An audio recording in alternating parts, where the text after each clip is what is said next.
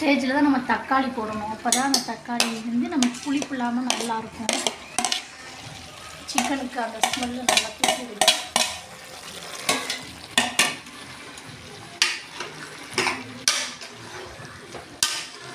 நல்ல மணமாக இருக்குது.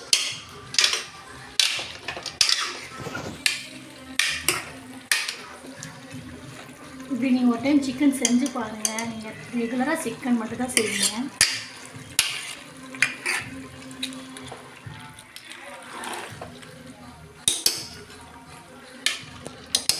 கறி பாருங்கள் நல்லா அப்படியே சாப்பீஸ் கறியாச்சும் நல்லா இருக்கும்.